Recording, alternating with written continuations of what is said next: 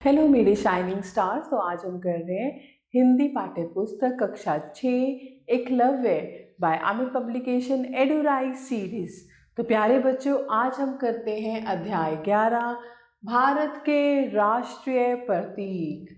तो चलो, चित्र पर आधारित गतिविधि। यहाँ पर आप सुंदर चित्र देख सकते हैं जो हमारे प्राचीन मंदिरों के हैं। भारत के प्राचीन इतिहास के बारे में लिखो।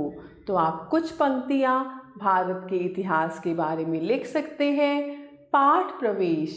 यह कहानी गांव में बरसात के बाद ताऊ जी के घर वापसी से शुरू होती है, जहां वे बच्चों को राष्ट्रीय प्रतीकों से जुड़े उपहार देते हैं।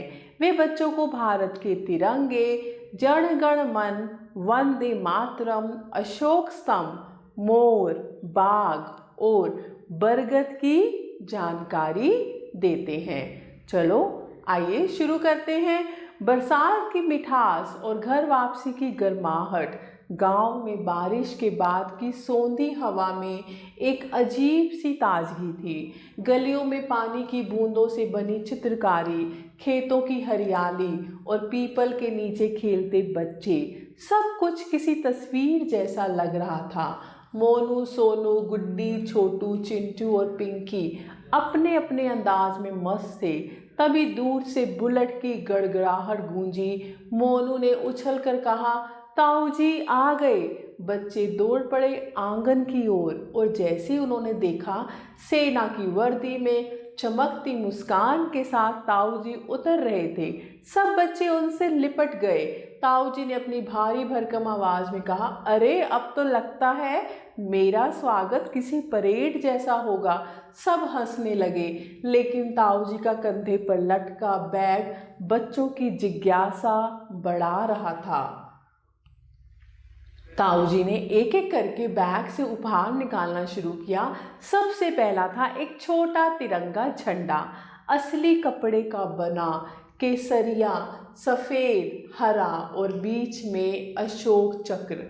फिर पतंगे निकली तिरंगे रंगों में। इसके बाद एक किताब, भारत की पहचान, फिर मोर और बाघ के खिलौने और अंत में एक पजल बोर्ड, मिनी भारत, जिसमें प्रतीकों को जोड़ना था। बच्चों की आंखें चमक उठी, लेकिन ताऊ जी बोले, उपहारों का असली मतलब तब समझोगे जब इनके पीछे की कहानी जानोगे। आओ चलो भारत को समझते हैं। तिरंगा सिर्फ कपड़ा नहीं, भावना है। बच्चों, ताऊ जी ने शुरुआत की, हमारा राष्ट्रीय ध्वज तिरंगा सिर्फ 3 रंगों का कपड़ा नहीं है, यह हमारी भावना है। जब भारत आज़ाद हुआ तो कई डिज़ाइन आए, कोई चरखे वाला, कोई देवी वाला, कोई सूरज वाला, लेकिन पिंगली विकैया का डिज़ाइन चुना गया, जिसमें सिर्फ देश की एकता झलकती थी। केसरिया त्याग का, सफ़ेद शांति का, हरा समृद्धि का और बीच में अशोक चक्र समय की निरंतरता का प्रतीक। गुड्डी ने पूछा, ताऊ जी इसे सबसे अच्छा क्यों माना गया? ताऊ जी बोले, क्योंकि इसमें भारत के हर दिल की धड़कन थी। जन गण मन, वह गीत जो देश को जोड़ता है। 1911 में जब टैगोर ने जन गण मन लिखा, तब वे सिर्फ शब्द नहीं लिख रहे थे, वे भारत का नक्शा बना रहे थे। ताऊ जी बोले, इस गीत में पंजाब, सिंध, गुजरात, बंगाल सब हैं। इसलिए जब 1950 में इसे राष्ट्रगान चुना गया तो यह किसी एक भाषा या प्रदेश का नहीं था, यह सबका था। कई गीत अच्छे थे, लेकिन यह सबसे अच्छा था, एकता की मिसाल। छोटू ने मुस्कुराकर कहा, इसीलिए हम खड़े हो जाते हैं जब ये बजता है। ताऊ जी ने सिर हिलाया, हाँ बेटा, ये सम्मान है। वंदे मातरम सिर्फ एक गीत नहीं, स्वतंत्रता संग्राम की आत्मा था। ताऊ जी ने कहा, बंकिम चंद्र चट्टोपाध्याय का लिखा यह गीत हर क्रांतिकारी की सांसों में था। कई गीतों में से इसे इसलिए चुना गया क्योंकि यह भारत माता को देवी रूप में पूजता है। हालांकि इसे राष्ट्रगान नहीं बनाया गया ताकि सभी धर्मों की भावना का सम्मान बना रहे। मोनू ने कहा, लेकिन इसका असर तो अब भी होता है ताऊ जी। हाँ, ताऊ जी बोले, हर बार जब तुम इसे गाओगे तुम्हें देश के लिए कुछ करने की प्रेरणा मिलेगी। ताऊ जी ने एक फोटो निकाली अशोक स्तंभ की। ये प्यारे बच्चों, ये जो चित्र है ये अशोक स्तंभ का है। देखो, ये है हमारा राष्ट्रीय प्रतीक, 4 सिंह। इसमें 4 सिंह है, 4 दिशा, 4 गुण, साहस, शक्ति, गरिमा और आत्मविश्वास। इसके नीचे लिखा है सत्यमेव जयते, यानी सत्य की ही जीत होती है। जब प्रतीक चुने जा रहे थे, हाथी, बैल, मछली जैसे कई विकल्प थे, लेकिन सिंह इसलिए चुना गया क्योंकि वो नेतृत्व और गरिमा का प्रतीक था। अशोक स्तंभ जहाँ सत्य सिंहनाद करता है। पिंकी बोली, क्या ये किसी मंदिर में है? ताऊ जी बोले, नहीं बेटा, ये सारनाथ के स्तंभ पर है। सम्राट अशोक ने बनवाया था, बाद में इसे भारत का प्रतीक बनाया गया।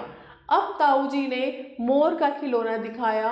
मोर को राष्ट्रीय पक्षी चुनने में भी बहुत चर्चा हुई थी। तोता, हंस, कौवा सभी नाम आए, लेकिन मोर चुना गया क्योंकि ये सौंदर्य और पवित्रता का प्रतीक है। ये श्री कृष्ण के मुकुट में भी लगा होता है। जब ये नाचता है तो लगता है भारत मुस्कुरा रहा है।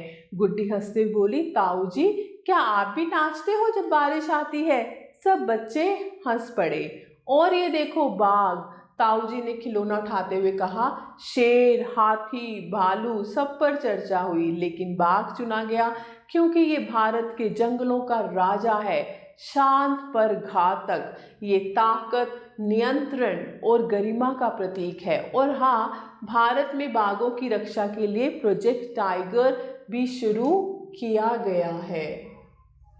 चिंटू ने गंभीर होकर पूछा, ताऊ जी अगर बाघ खत्म हो जाएंगे तो? ताऊ जी बोले, तो हमारी पहचान कमजोर हो जाएगी बेटा, इसीलिए हमें प्रकृति की रक्षा करनी है। आखिरी प्रतीक बरगद। जब पेड़ों की बात आई तो नीम, पीपल, आम सबके नाम थे, लेकिन बरगद चुना गया क्योंकि इसकी जड़ें हवा में भी टिकती हैं। यह समाज की तरह है, मजबूत, लंबा, सबको छांव देने वाला। यह प्रतीक है ज्ञान, दीर्घायु यानी लंबी आयु और स्थायित्व का। मोनू बोला, जैसे हमारे स्कूल का पेड़। ताऊ जी ने सिर हिलाया, बिल्कुल वैसा ही। अब ताऊ जी थोड़े गंभीर हुए। बच्चों, जब भारत आज़ाद हुआ तो प्रतीकों का चयन हुआ। हर चीज में ध्वज, गीत, चिन्ह, कई अच्छे विकल्प थे, लेकिन चुना गया वही जो सबसे श्रेष्ठ था, क्योंकि देश सिर्फ अच्छे को नहीं, श्रेष्ठ को चुनता है। यही कारण है कि हमें भी अपने जीवन में ऐसा बनना चाहिए कि अगर कोई हमें चुने तो गर्व से कहे, यही है भारत की शान। बच्चे चुप हो गए, पर उनकी आंखों में चमक थी, दिल में कुछ नया पैदा हो रहा था। अब तुम पूछोगे, जो श्रेष्ठ होता है उसे क्या मिलता है? ताऊ जी बोले, मिलता है सम्मान। फिर उन्होंने बच्चों को बताया, भारत रत्न, देश का सर्वोच्च नागरिक सम्मान, कला, साहित्य, विज्ञान या सेवा के लिए। पद्म पुरस्कार, पद्म विभूषण, पद्म भूषण, पद्मश्री, विविध क्षेत्रों के लिए। परमवीर चक्र, युद्ध में वीरता के लिए। शौर्य चक्र, वीर चक्र, सेना में साहस के लिए। ये सिर्फ इनाम ही नहीं है, ये जिम्मेदारी है। ताऊ जी बोले, जिसे देश याद रखे वही असली विजेता है।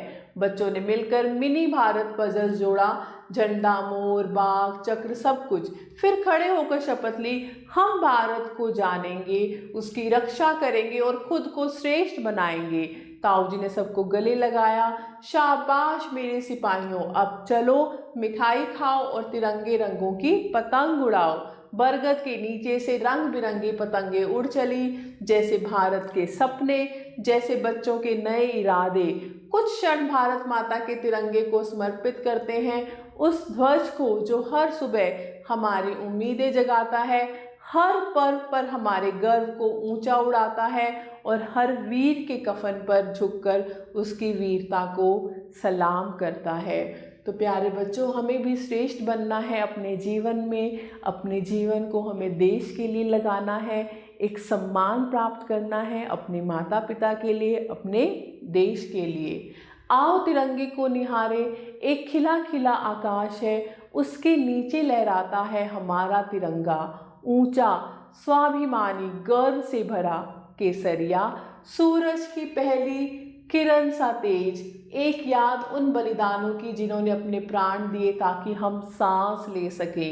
सफ़ेद बादलों जैसी शांति और मन की सच्चाई, हर उस सोच की निशानी जो बिना हिंसा के बदलाव लाना चाहती है।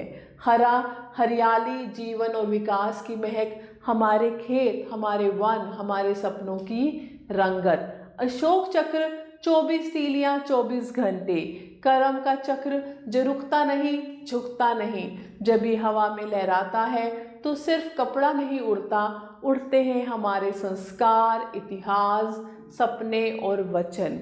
नमन तुझे ओ तिरंगे, तेरे रंगों में हम हैं और तू हमारे दिल में।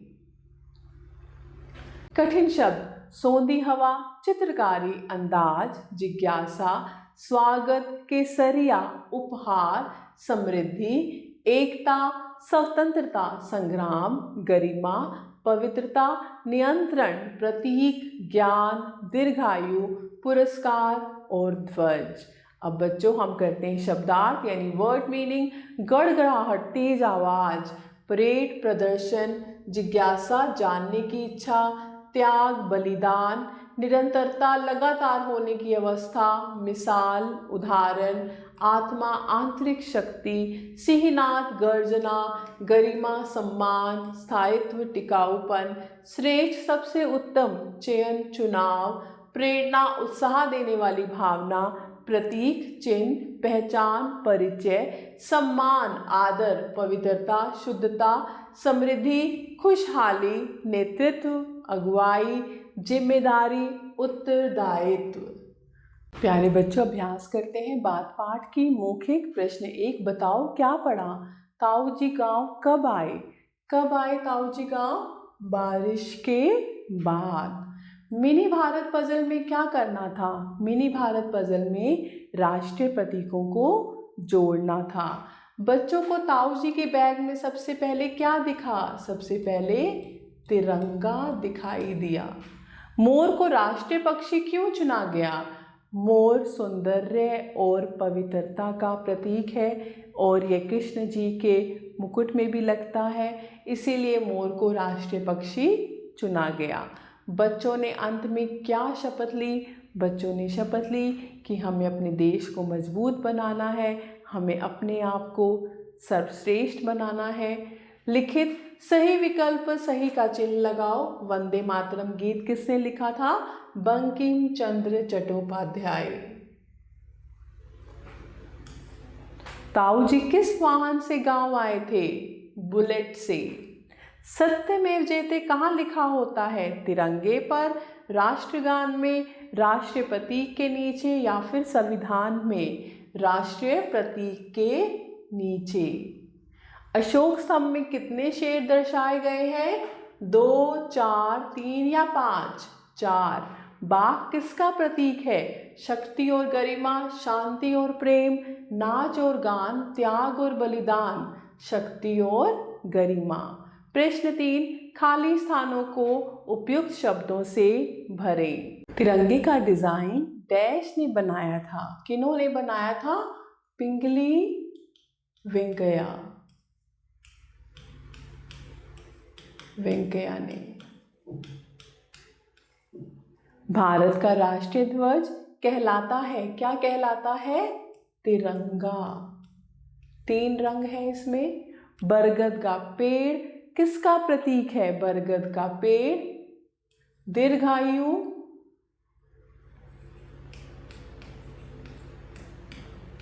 मजबूती, स्थायित्व का प्रतीक है, दृढ़ता का प्रतीक है।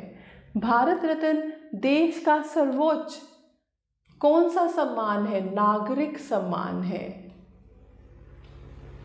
प्रोजेक्ट टाइगर बाघों की डैश के लिए शुरू हुआ था? बाघों की सुरक्षा के लिए।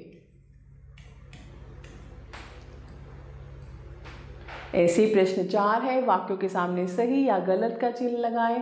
ताऊ जी बच्चों को मिठाई और बिस्कुट लाए थे? गलत।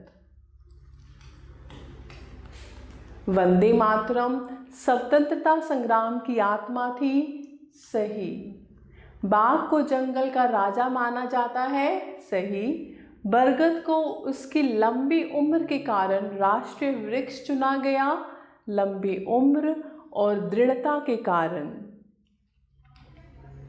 जन गण मन सिर्फ बंगाल का गीत है, नहीं, पूरे भारत का। ऐसे प्रश्न 5 है। निम्नलिखित प्रश्नों के उत्तर लिखो। तिरंगे में रंगों का क्या प्रतीकात्मक अर्थ है?